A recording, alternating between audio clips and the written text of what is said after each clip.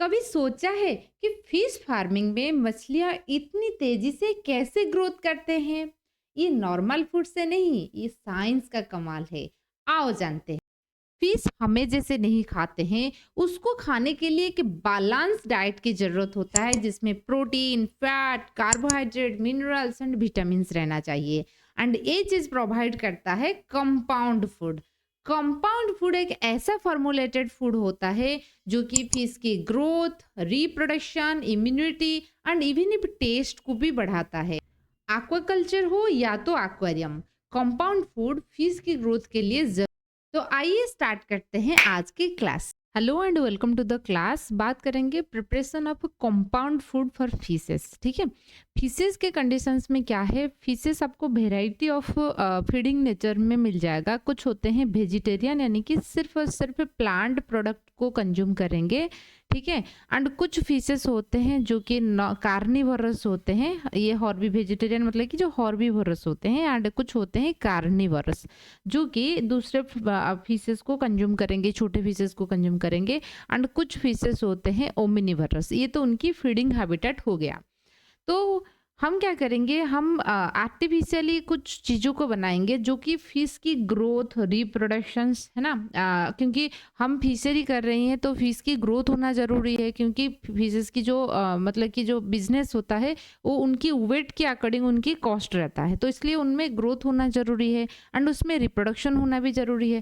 तो इसलिए उनको प्रॉपर डाइट में जो है खाना देना ज़रूरी है। तो इस तरीके से मार्केट में आप देखोगे फूड अवेलेबल होते हैं, वो होता है कंपाउंड फूड। हम उसको कंपाउंड फूड क्यों कहते हैं? क्योंकि कंपाउंड का मतलब है कि एक से ज़्यादा चीज़ से जो चीज़ बनी हुई है उसको कंपाउंड कहते हैं।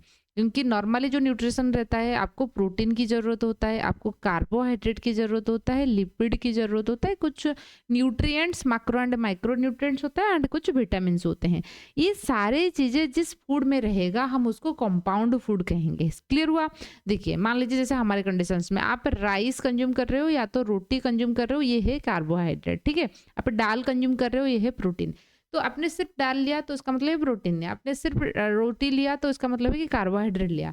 लेकिन मान लीजिए ऐसा कोई एक चीज़ें है, आप उसको कंज्यूम करोगे तो आपको प्रोटीन भी मिल जाएगा, कार्बोहाइड्रेट भी मिल जाएगा, लिपिड भी मिल जाएगा, तो हम उसको कंपाउंड कहेंगे। आए ना बात समझ में? तो fishes are adapted to have wide range of feeding habitat. अब मैंने जैसे बताया कि हर्बीवोरस होते हैं, कार्निवोरस होते हैं, ओमिनिवोरस होते हैं। तो मेन फूड जो जो होता है उनकी ग्रोथ के लिए रिक्वायरमेंट होता है एंड रिप्रोडक्शंस करने के लिए भी रिक्वायरमेंट होता है। तो मेन फूड जो होता है ग्रोथ के लिए होता है। इमरजेंसी फूड हम वो फूड को कहेंगे जो जैसे मेन फूड अवेलेबल जब नहीं है हम उस फूड को प्रोवाइड करते हैं। And compound diet for a fish is scientifically formulated feed. तो जो कंपाउंड फूड है हमने साइंटिफिकली बनाया है, क्योंकि हमको पता है बॉडी के लिए प्रोटीन की ज़रूरत कितना है, कार्बोहाइड्रेट की ज़रूरत कितना है। मान लीजिए 30 से 50% प्रोटीन की ज़रूरत होता है, 20 से 30% कार्बोहाइड्रेट की ज़रूरत होता है। तो ये जो हमने साइंटिफिकली हमको पता है एक दिन में एक पीसेस को कितने एनर्जी की ज़रूरत होता है, उसके अकॉर्डिंग हम उसको खाना प्रोवाइड करेंगे। उसको हम बोलते हैं कंपाउंड फिशेस। ठीक है, अब कंपाउंड फूड बोलते हैं।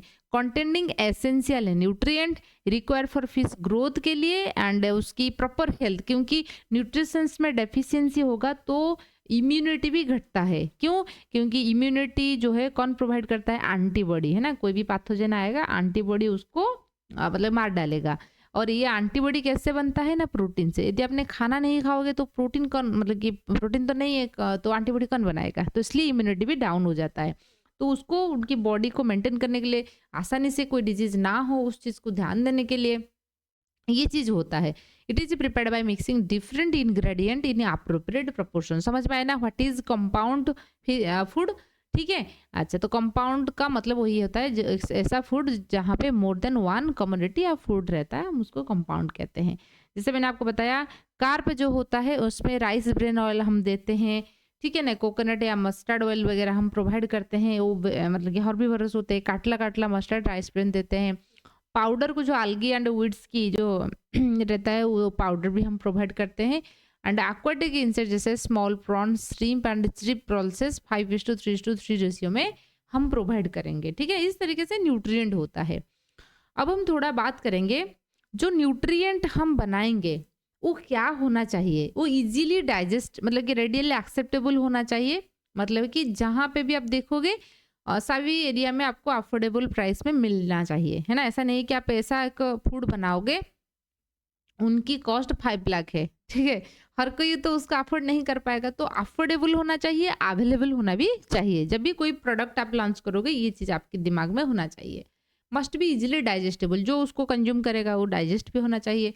लो कॉस्ट एंड ईज़ी ट्रांसपोर्टेशन होना चाहिए। Quantity of food with respect to increase weight. हम मतलब कि कितना फूड प्रोवाइड करने से कितना वेट इंक्रीज़ हो रहा है, इसके बारे में भी ध्यान देना चाहिए, क्योंकि वो सारे कैलकुलेशन हमारे पास रहना चाहिए। तभी हम कंपाउंड फूड बना पाएँगे, ठीक है? तो न्यूट्रिशनल रिक्वायरमेंट कंपाउंड फूड करने के लिए क्या होता है देखिए, एक वेल बैलेंस डाइट जो होता है, उनकी चीज़ें देखिए। बैलेंस डाइट में आता है प्रोटीन हमको मतलब कि जो फिशेज़ है उनको 30 से 50% रिक्वायरमेंट होता है प्रॉपर ग्रोथ एंड डेवलपमेंट के लिए, ठीक है? कार्बोहाइड्रेट कितना रिक्वायरमेंट होता है 10 से 30% एनर्जी सोर्स के लिए। आपने व्हीट, कॉर्न या राइस ब्रान दे सकते हो। फैट 5 से 15% रिक्वायरमेंट होता है, फिश ऑयल, सोयाबीन। विटामिन 1 से 5%, फाइबर 5 से 10% रिक्वायरमेंट होता है। तो ये है मतलब कि इस इतने जो है इतने अमाउंट में रहना चाहिए, तभी आप कंपाउंड फूड बना सकते हो। इंग्रेडिएंट कम हम क्या चीज़ हम यूज़ करेंगे देखिए, हम एनिमल एंड प्लांट दोनों ओरिजिन को हम यूज़ करेंगे। जैसे मैंने बताया ना, श्रिम्प वगैरह आप ले सकते हो।